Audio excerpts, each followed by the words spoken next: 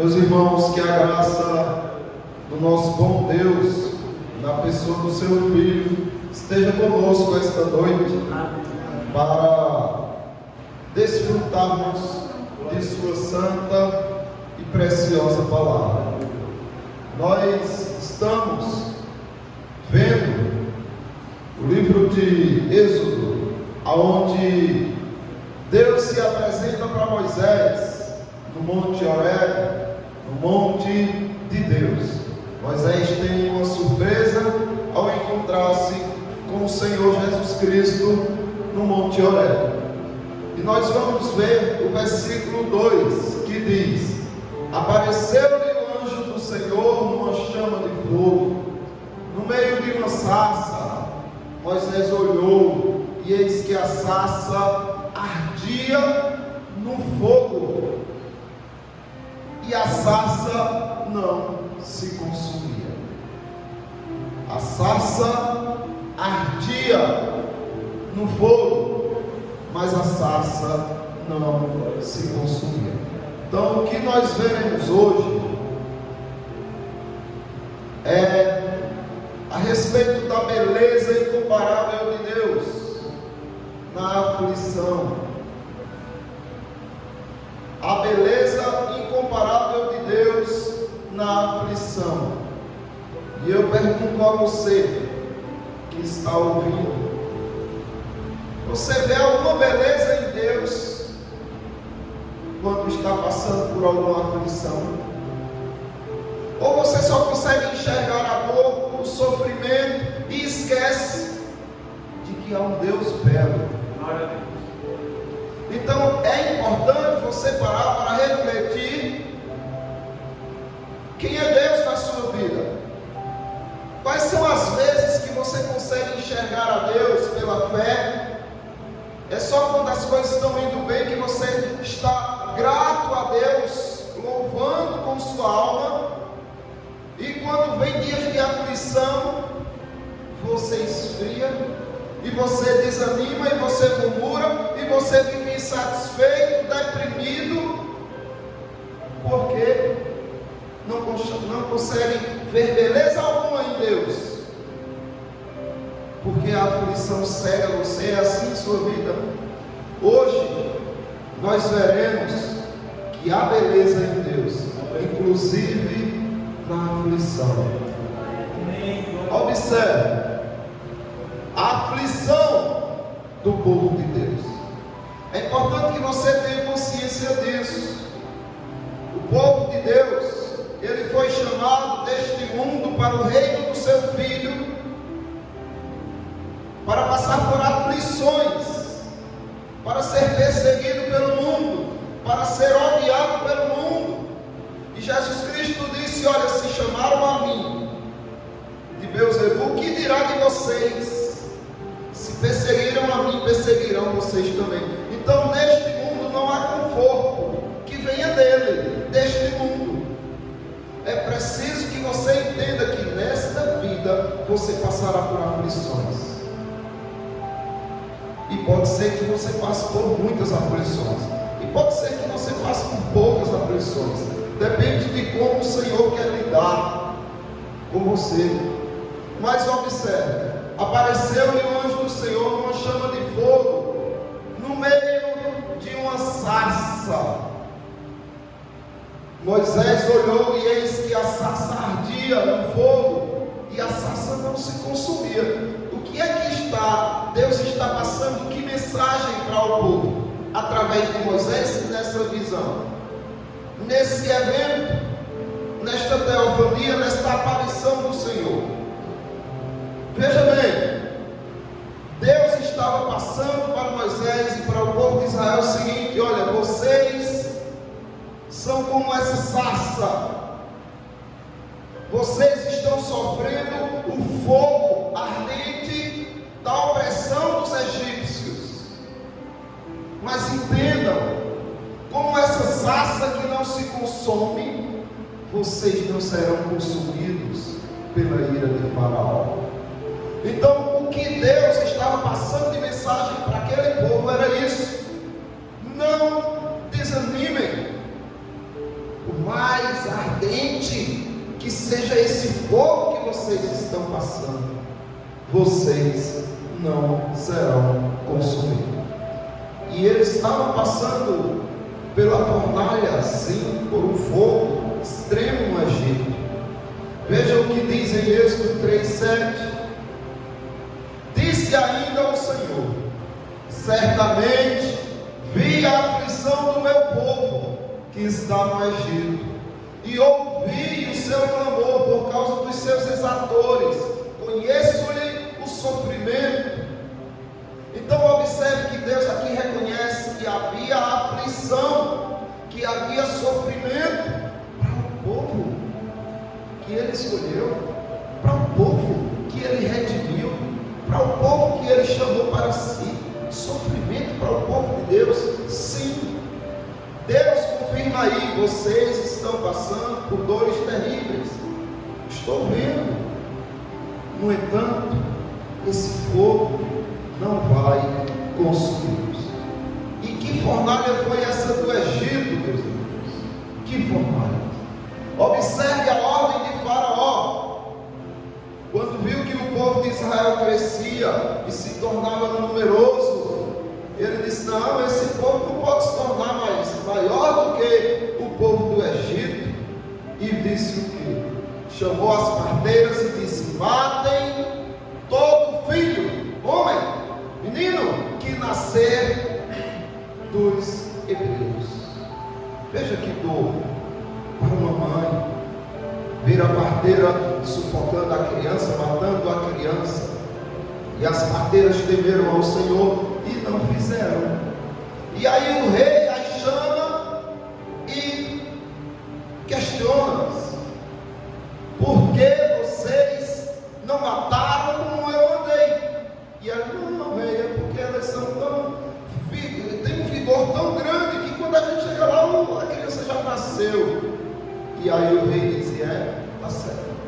O rei faz o quê? O Faraó manda que os seus soldados peguem todos os filhos dos hebreus e joguem eles no Nilo e deixem as filhas viver. Mas observe que fogo, que calor, que sofrimento, que aflição esse povo estava atravessando. O povo foi escolhido por Deus, tendo que ver seus bebezinhos ali sendo jogados no Nilo. E quantas dezenas de centenas de milhares de bebezinhos não foram lançados naquele rio? E Moisés, poupado pela sabedoria de sua mãe. Mas isso é para que vocês percebam que Deus estava vendo sim aquela aflição. Infelizmente as pessoas sofrem não tanto por causa do mal que lhes sobrevém, mas porque esquecem que Deus sabe do seu sofrimento. Deus está vendo tudo isso, e que isso é certo, de que o povo passaria por aflição. Jesus Cristo deixou isso claro, não enganou ninguém quando chamou para o seu reino. Ele disse: no mundo tereis aflições. Ninguém foi enganado. Então, quando a aflição chegar, assuma a sua postura de um cristão diante dela, dizendo o seguinte: Senhor, eu fui avisado, eu estou pronto, eu quero enfrentar, eu quero lutar, eu não quero ser um covarde, porque o Senhor não nos deu espírito de covardia, mas de poder, de moderação. É isso que Cristo quer do seu povo, que eles reconheçam que nesse mundo o que aguarda por eles é aflição. E eu não vou pedir para que tenham tempos de paz. Sim, tempos de paz, prosperidade, saúde e alegria. Peçam, mas estejam prontos para, se a aflição vier, vocês atravessarem por ela, sabendo que foram avisados. Só os adultos em Cristo, só homens em Cristo, só mulheres em Cristo que entendem isso e saem de sua zona de conforto, do seu sofazinho, daquela zona de segurança e tranquilidade, para procurarem o sofrimento, ou melhor, para procurarem o povo de Deus Deus está no sofrimento, é lá que você deve estar. Uma criança pode ter a maturidade de um adulto. A mente de Cristo é dada a todos aqueles que nele creem. Então uma criança pode ter essa maturidade e se portar diante da aflição muito melhor que um adulto. Davi disse: eu sou mais sábio do que os meus mestres, porque guardo os teus preceitos. Ele disse: olha, eu sou mais sábio que os idosos, porque amo a tua lei. Então ele tinha consciência disso, mesmo sendo novo, porque ele buscava na palavra de Deus o que ela realmente revela a respeito da vida do cristão com Deus. Veja bem, o que aconteceu com Moisés. Por que Moisés foi para aquele deserto? Por que Moisés estava ali naquele monte, em Horebe, no monte de Deus? Por que ele teve aquele encontro com Deus? Porque ele saiu da sua zona de conforto. Só bastou ele adquirir maturidade, se tornar um homem de verdade. E quando você se tornar uma mulher de verdade, os homens de verdade, as crianças homens de verdade, crianças de verdade, vocês sairão da zona de conforto e vão procurar saber onde está o povo de Deus. E aonde o povo de Deus estiver, vocês irão. Ah, mas eles estão passando perseguição. É lá que eu quero estar. Porque eu sei que foi para isso que eu fui chamado, para estar com eles. É o que Moisés fez naqueles dias.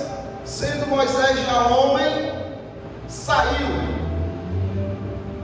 a seus irmãos e viu os seus labores penosos, e viu que certo egípcio espancava um hebreu, um do seu povo, e aí interviu, e todos os problemas que surgiram fez com que ele fugisse, mas ele não aceitou. Ele olhou para a sua vida e disse: muito confortável aqui eu estou, nos palácios reais, estou muito confortável, é gostoso. Mas ele se torna um homem, alguém maduro no Senhor, e diz: não, peraí, o que é que eu estou fazendo aqui? Aonde está o meu povo? Aonde está o povo de Deus? Ah não, eu vou lá saber como é que está o meu povo. E quando vai, vê a aflição deles, e o que ele diz? Não quero mais as benesses do palácio, eu quero estar com eles. Se eles não podem vir para mim, eu irei para eles. E foi, e abandonou tudo, e agora está diante do Deus Altíssimo, num deserto, em Horebe, no monte de Deus. Vocês, quando falamos em aflição, em fogo que consome, em fogo ardente, que consome qualquer adversário, mas não consome o povo de Deus, você é levado a lembrar de Sadraque, Mesaque e Abednego, que foi lançado na fornalha do fogo ardente. Quando o rei Nabucodonosor ficou sabendo que eles não se prostraram, como todos os outros hebreus se prostraram diante da sua grandiosa estátua, ele chamou-os e disse: é verdade, Sadraque, Mesaque e Abednego, que vocês não prestam culto aos meus deuses, e nem adoram a imagem de ouro que eu mandei erguer? É verdade? Olha, irmãos, a resposta poderia livrar eles da fornalha, poderia livrar eles do fogo da aflição. E observe que a fornalha ainda nem tinha chegado, mas existia uma fornalha anterior, a fornalha da ameaça. Eles foram ameaçados antes de entrarem no fogo. Ali já havia uma aflição sendo lançada sobre eles. E o rei diz, tenta conquistar eles através da sedução, quando diz assim: olha, os instrumentos vão tocar, se vocês estiverem dispostos a prostrar-se para adorar a imagem que eu fiz, será melhor para vocês. Então o mundo vai fazer isso. O mundo vai dizer: olha o que eu tenho de bom para vocês. Para que você levar essa vida aí, né, de está na igreja direto, e você tem compromisso com o Evangelho. Não, peraí, e haverá uma sedução. Mas quando você não se envolve com aquela sedução, quando você se mantém firme, aí vem a ameaça, aí vem o fogo. E é o que o rei diz. E aí ele diz: mas se não adorarem, serão imediatamente atirados numa fornalha de chamas. E ainda diz: e que Deus poderá livrar-nos das minhas mãos. Percebe que antes mesmo de ser lançados na fornalha, já existia ali uma pressão muito grande sobre eles, ameaças do homem mais poderoso na terra. E veja só, essas aflições, os homens que servem a Cristo, as mulheres que servem a Cristo, os cristãos, eles estarão sempre propensos a passarem por elas. Mas de uma coisa é certa: o Senhor estará com você nessa aflição. Ele não prometeu que vocês não teriam aflição, mas Ele prometeu que vocês não estariam sozinhos no dia da aflição. E é o que Ele diz a Moisés. Moisés olhou e eis que a sarça ardia no fogo, e a sarça não se consumia. Por quê? Porque apareceu-lhe o anjo do Senhor numa chama de fogo, no meio de uma sarça. Então o que Deus está dizendo para Moisés é o seguinte: haverá aflição, o povo está passando por ela, mas eu estou no meio da aflição, eu estou com o meu povo na aflição. Então isso é um consolo e um conforto que você não tem como comparar com nada que o mundo possa oferecer. Melhor que estar comendo dos manjares de Faraó em dias de paz e prosperidade, muito melhor que isso é estar no calor e no fogo da aflição com Deus. Pode ter certeza. Observe Israel, o fogo e a sarça, e Deus, tudo ali junto. Porque a sarça não se consumia. O que era que tinha de diferente naquela sarça? Deus estava ali. O anjo do Senhor, Jesus Cristo, com A maiúsculo. Anjo com A maiúsculo. Sempre você observe que é uma referência a uma aparição de Deus. Como o nome de Jesus Cristo ainda não tinha sido revelado, Deus o apresenta como mensageiro, anjo do Senhor, com A maiúsculo. Então ele estava ali na sarça, por isso que ela não se consumia.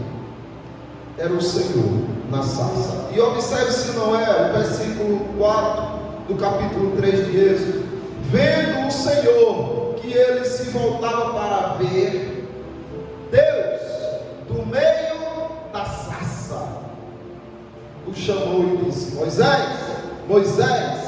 Ele respondeu: eis-me aqui.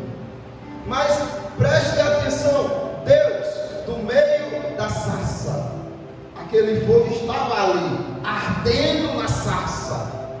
Isso é real, porque é Deus que está mostrando. No entanto, Deus, do meio da sarça, mostrava que ela não se consumia, porque Ele estava ali. Da mesma forma, o povo não seria destruído, porque Deus estava naquela aflição que eles estavam passando.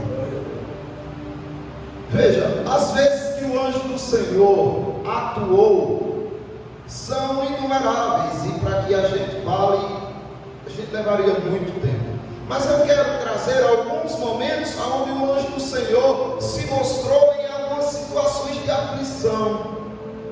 Por exemplo, Agar, quando Sarai e Abraão estavam menosprezando-a e ela sendo maltratada por Sarai, ela foge, e o que acontece?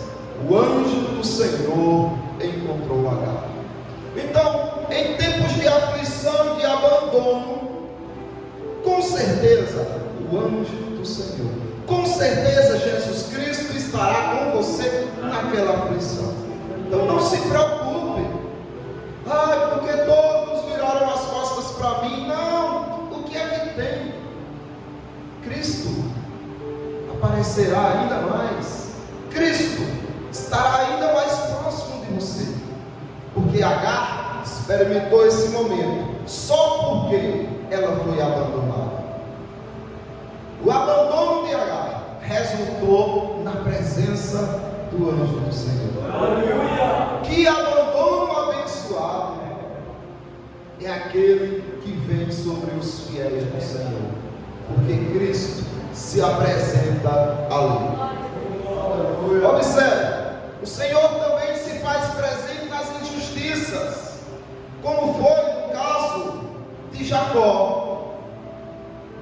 O anjo de Deus me disse em sonho, e aí fala para Jacó. O que é que estava acontecendo? Labão estava roubando Jacó. Jacó estava trabalhando para Labão e queria casar com a filha de Labão. E Labão estava roubando Jacó para que ele sempre se mantivesse como escravo ali. Que injustiça!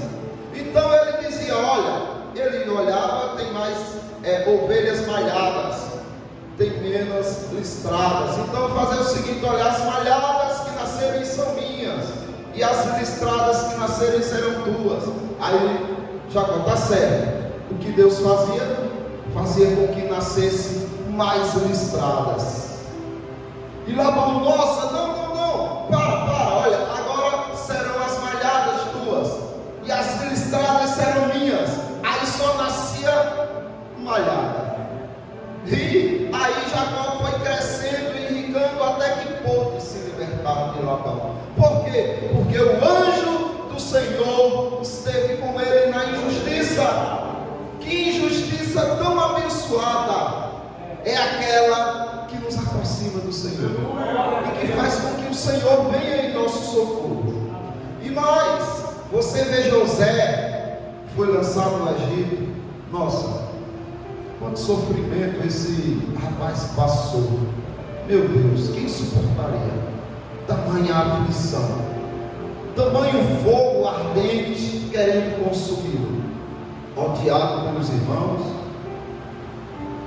incompreendido pelos pais, jogado em um poço, antes vendo seus irmãos desejando matá-lo, depois sendo tirado do poço, vendido como escravo, começando a prosperar em uma terra estrangeira, o qual fazia sofrer de saudades e de tristeza por conta de tanta opressão, mas ele firme ali no Senhor. E quando começa a prosperar, o que acontece? Uma mulher, a esposa de Potifar, trama contra ele de maneira que ele é lançado no cárcere, até que ele se torne governador do Egito. Mas por que José não sucumbiu? Por que ele não foi consumido por tamanhas chamas que ardiam sobre ele? A resposta está ali: porque o anjo me redimiu de todo o mal. O Senhor está em todo o mal que o seu povo sofre. José reconheceu isso e disse: olha, o anjo que me redimiu de todo o mal abençoe estes meninos. É importante que você entenda que, da mesma forma que José passou por aflições, que o próprio Jacó passou por aflições, que Isaac, que todos os profetas, que todos aqueles que servem ao Senhor, todos estes que passaram por aflições, foram redimidos pelo Senhor. E abençoou a José, dizendo que o Deus a quem serviram meus pais, Abraão e Isaque. O Deus que tem sido o meu pastor em toda a minha vida até o dia de hoje.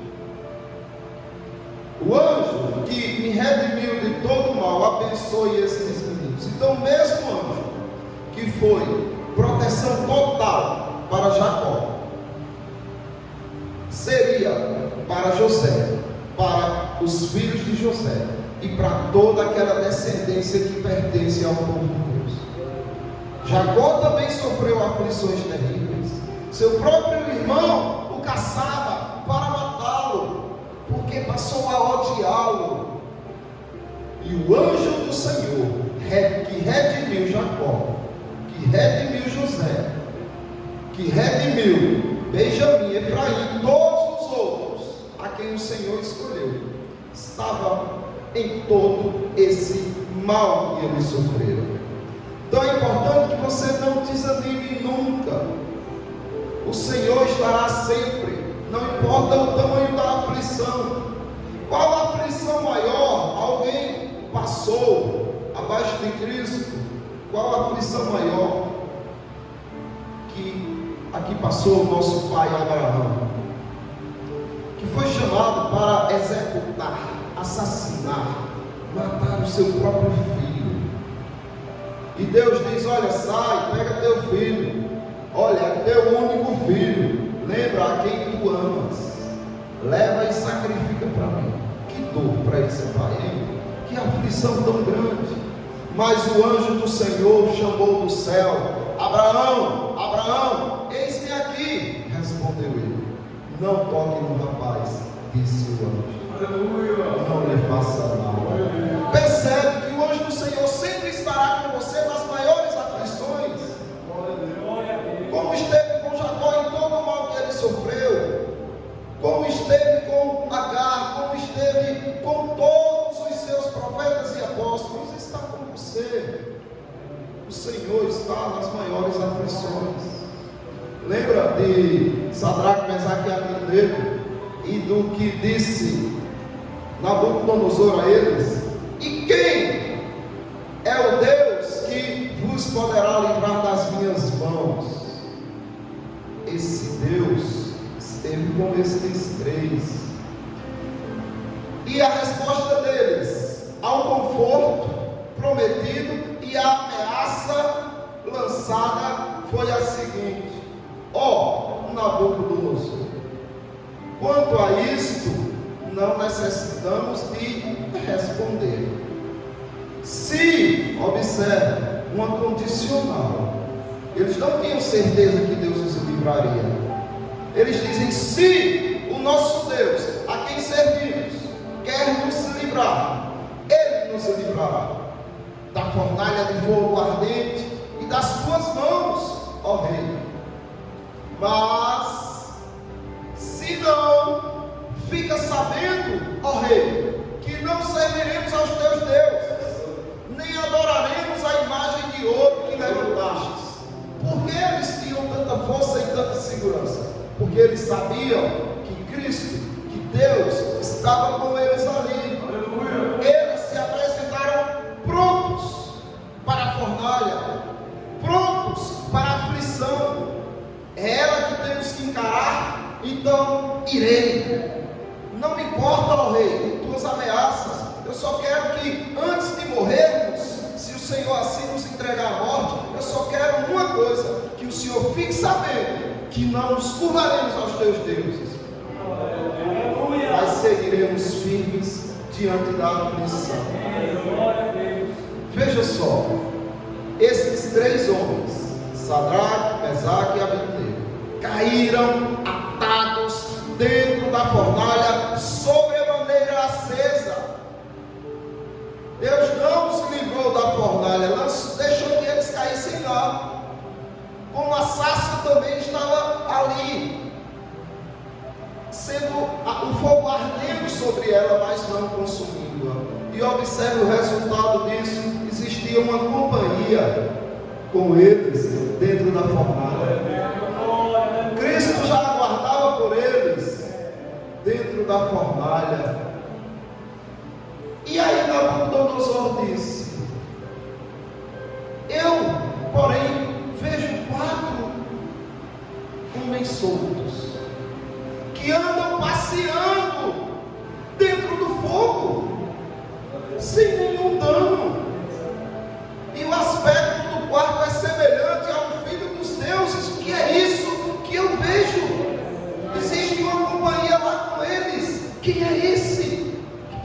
Deus.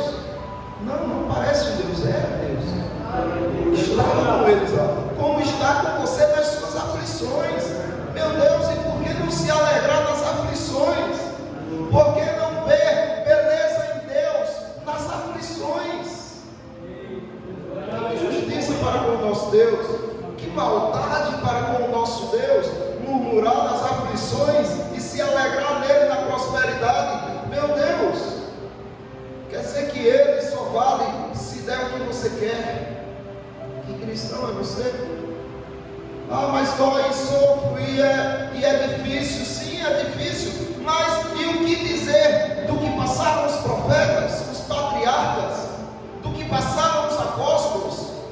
Você sofre hoje mais do que eles sofreram, passando por aflições mais do que eles passaram. E o que dizer dos pais da igreja? O que dizer dos reformadores? Sim, o que dizer desses homens que morreram glorificando a Deus em chamas, porque foram perseguidos na Inquisição, por exemplo, muitos reformados? O que dizer desses? Você sofre, mas e daí, meus irmãos? Se Cristo está com você nesse sofrimento, por que não vê beleza nele?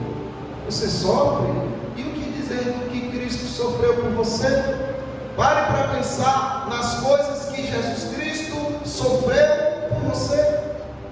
Ele desanimou? Não. Mas ele levou até o fim a sua missão, porque ele te amou. Glória a Deus. E existe um hino que diz assim: morri por ti. Que fazes tu por mim? Nem na aflição você consegue ver beleza em Deus. Isso é certo, isso é justo. Observe, os homens e mulheres de Deus, eles devem estar sempre prontos. Veja Moisés quando saiu do Egito, por exemplo. Pela fé, Moisés, quando já homem feito, recusou ser chamado filho da filha de Faraó. Por quê? Porque ele preferia ser maltratado junto com o povo de Deus, a usufruir prazeres transitórios do pecado. Sabe o que ele está dizendo aí? É que Moisés tinha duas opções: sofrer maus tratos terríveis junto com o povo de Deus, ou viver no luxo do palácio de Faraó. E ele disse: eu prefiro a aflição junto com o povo de Deus. E foi para ela. Percebem que ele escolheu a aflição. E continua dizendo, e mostrando a riqueza da aflição. Há uma riqueza tão grande, meus irmãos, na aflição, que o cristão só não percebe, porque muitas vezes está muito apegado a esse mundo. Veja se não há beleza na aflição, se você não consegue ver a beleza de Deus na aflição. Em Hebreus capítulo 11 ainda, do 24 por diante: porquanto considerou o opróbrio de Cristo, observe, considerou a vergonha por Cristo, a vergonha de Cristo, a rejeição de Cristo, a todas as coisas abomináveis que o mundo olhava e dizia que era desprezível em Cristo. Ele considerou o opróbrio de Cristo por maiores riquezas que os tesouros do Egito. Ele olhou para tudo que alguém poderia sofrer em Cristo, de humilhação, de rejeição, de vergonha, e depois olhou para toda a riqueza do Egito e disse: não, eu prefiro essa riqueza, a riqueza do opróbrio de Cristo. Sabe por quê? Porque ele olhava para o galardão. E qual era o galardão de Moisés? Que galardão era esse que ele fixava os seus olhos da fé? Olha só, ele diz aí: pela fé ele abandonou o Egito, não ficando amedrontado com a coluna do rei. Antes permaneceu firme como quem vê aquele que é invisível. Ele permaneceu firme porque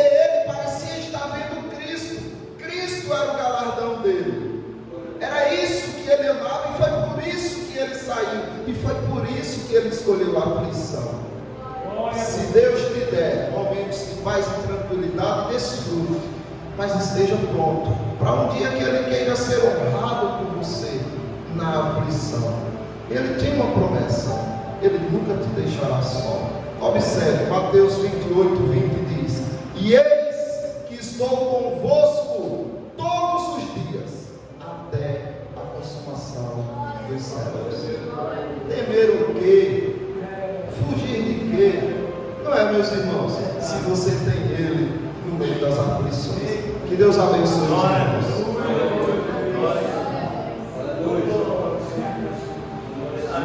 Amém.